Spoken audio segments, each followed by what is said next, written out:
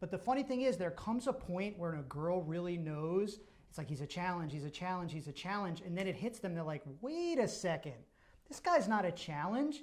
He's just a total pussy. He's scared to make a move. And then all that attraction just goes down and you're out.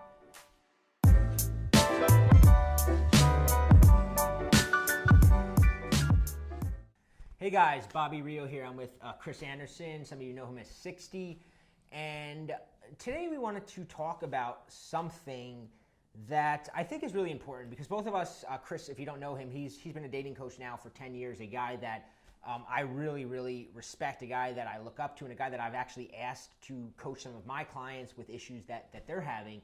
And talking off camera, one of the things we realized, kind of a mutual problem that guys run into, especially guys who have studied dating advice, especially if you watched any of certain videos that I have about nice guy mistakes, is they come up with this idea of being a challenge to women, and it completely and utterly backfires.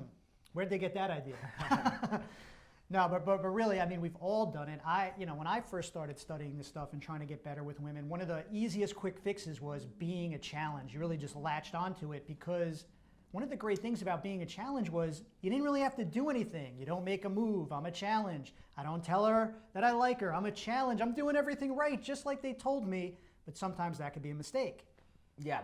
So one of the things that I noticed, right, because I always get, and I can even talk from experience, right? I'm a naturally introverted guy.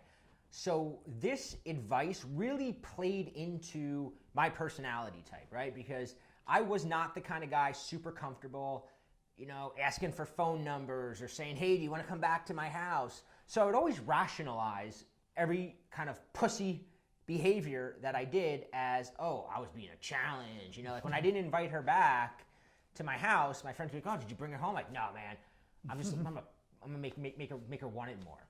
But it was really, I was a pussy, right? And being a challenge was an excuse of mine.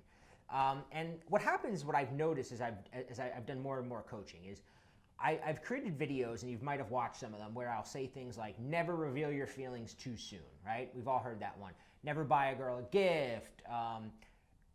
Don't give your hand away. Don't spend too much time with her. And all these things are essentially making you more of a challenge. And being a challenge is good. We're not saying not to be a challenge, but there's one thing that we always say in the videos, but guys just forget about this, or they conveniently leave it out. And that is this idea that a girl can know that you're sexually attracted to her, That right? you want to sleep with. That you want to sleep with her, right? That's fine.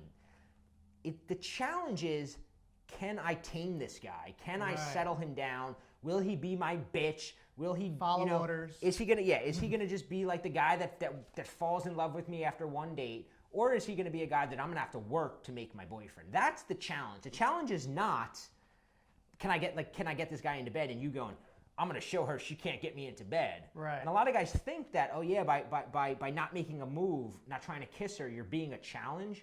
But in her mind, you come across as either gay, disinterested, or inexperienced, or maybe I had a girl once, so funny, she actually said to me, a girl that I work with, she's like, when I met you, you were kind of a cool guy, but then you were just like, all the other guys at work were always kind of into me, and you never were. And in my mind, I was being a challenge. She goes, I thought you were kind of asexual. We wound up hooking up that night, but I was like, that's the view that she had of me, as this asexual guy. Wow. Yeah, I mean, we see this all the time. I mean, at least me personally, sometimes you meet a girl that you end up liking at the beginning. You don't even know you like her yet. So you're naturally a challenge. You haven't made a move. So she starts thinking, oh, this guy's interesting. He's not making a move on me. And then you wake up one day like, I have feelings for this girl, but I'm still scared to make a move. So now she's even more interested. She's like, he's not making a move on me. But the funny thing is, there comes a point where a girl really knows, it's like, he's a challenge, he's a challenge, he's a challenge. And then it hits them. They're like, wait a second. This guy's not a challenge. He's just a total pussy. He's scared to make a move. And then all that attraction just goes down and you're out.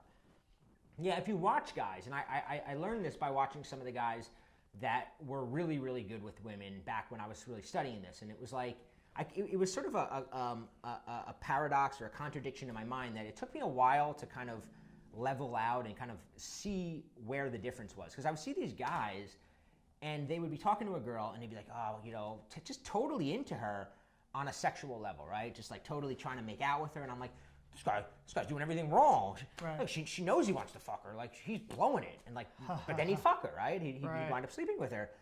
And in my mind, I'm like, how is that happening? How, you know, when he's showing her, and I realized later that yes, the girl knew that this guy was sexually attracted to her, that she could sleep with this guy.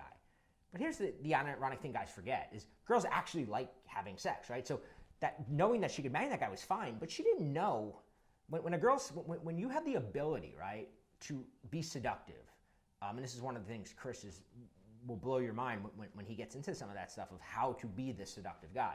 But when you're a seductive guy, when you know how to go from being social with her to being seductive and sleep with her, here's the ironic thing. She automatically assumes you're a challenge because you appear experienced, right? When you appear like you can smoothly take things from flirtatiousness to the bedroom, in her mind, she's like, oh, this guy's probably done this a lot of times, and you're naturally a challenge. So it's not about, you know, saying, hey, I'm not going to try to get you home to the bedroom. It's about being seductive enough that she assumes you're a challenge. And then as we say, yes, all those other things still apply, right? You don't confess your feelings to her. You don't do all those sort of things.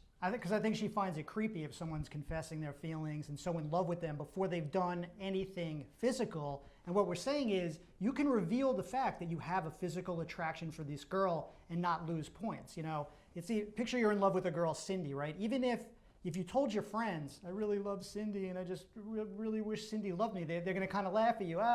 Chris likes Cindy. But if you're like, hey, I'd love to sleep with Cindy, they're going to be like, oh yeah, that's true. Hey, me too. So it's like not something you need to be embarrassed of. You should be proud of it. You know, you don't go over the top with it. You don't want to be a clown about it. But you could let a girl know subtly, which we'll get into in a little bit, that you have those feelings for her, that you'd like to get physical with her. Yeah, I always say there's, you know, one statement of intent, right? Like one comment, one compliment with a sexual undertone of how she's making you feel, right? If she's turning you on, lets her know, oh, okay, this is a sexual flirtation. And that's all you really need, right?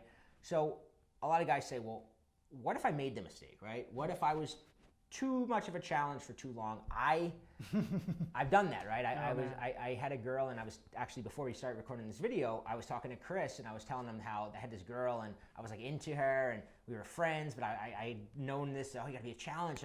She was blonde, and a lot of my previous girlfriends had been brunette, and she kind of knew some of them from our social circle, and I'd always like be like, yeah, I don't like blonde. Like I thought I was like being cool by like being, I don't like blondes, right? Especially because that's a physical thing, like, you know, oh yeah, I'm not turned on by blondes, right? Whereas I could have been like, you know, normally I don't like blondes, but something about you turns me on. Like right. Then that would have been fine, but I was like, I don't like blondes. Well, in her mind, she's like, oh, I guess he's not into me, right? And then we became friends. Now, eventually, I actually wound up getting her into bed, and what happened when I was telling Chris this story a while ago was, he's like, yeah, you did exactly, you know, you had made a lot of mistakes, but you did exactly what and he's telling me about a speech he did that I had seen, and we started talking about it.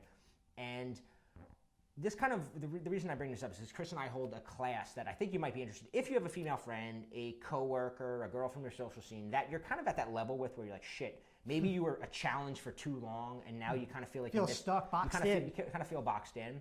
And the class is about a 1-hour class. It's called The Friend She Falls in Love With. And I'm going to get Chris on because this is, I can't take credit for any of this stuff. This is literally stuff that he taught me. But I've passed it along to student after student. I always give you credit, Chris. But they're always blown away. They always put it to action. And for the first time, I've actually, like you said, I haven't done a lot of videos with Chris over the years. He's kind of a private guy, but I'm getting him on this thing because I'm like, you got to just teach this. And it's going to be free. There's a couple, we're going to do a few classes that you're going to have to choose from. At the link below, when you click it, you'll see a few options. But it's called The Friend She Falls in Love With, and just kind of give them whet their appetite a little bit. Yeah, I mean, we're going to get you out of that box. I mean, I've spent a lot of my life in the so-called friend zone. I'm sure you have as well. And thinking about how hard it is to get out, your whole life, it's so hard, going back and forth. Does she like me? Does she not? What we found is it's actually really simple. And another interesting thing we found is it's actually an advantage when you have a female friend. and we're going to talk about why it's such an advantage and how easy it is to get out of that so-called box once you know how to do it. Yeah, the other thing that I want to leave you with is it's not about getting out of the friend zone. As Chris is the one who actually brought this to my attention, because I'd be like, I have all these clients that want to get out of the friend zone, because first off, it's not about getting out of the friend zone. It's about becoming the friend she falls in love with, right? It's not about this idea you got to break that glass ceiling. It's like you're in a spot where it's very easy to make what you want to happen. It's not about getting out of the friend zone. So the link to the class is below, and hopefully you can join us, especially if, like I said, you have that woman in your life that you want to expand your relationship with, because we're going to be covering some really, really advanced and really interesting stuff that is really going to take you to the next level. We're going to show you how to get her. I'm just going to be point blank. Yeah. So I'll see you there. All right, bye.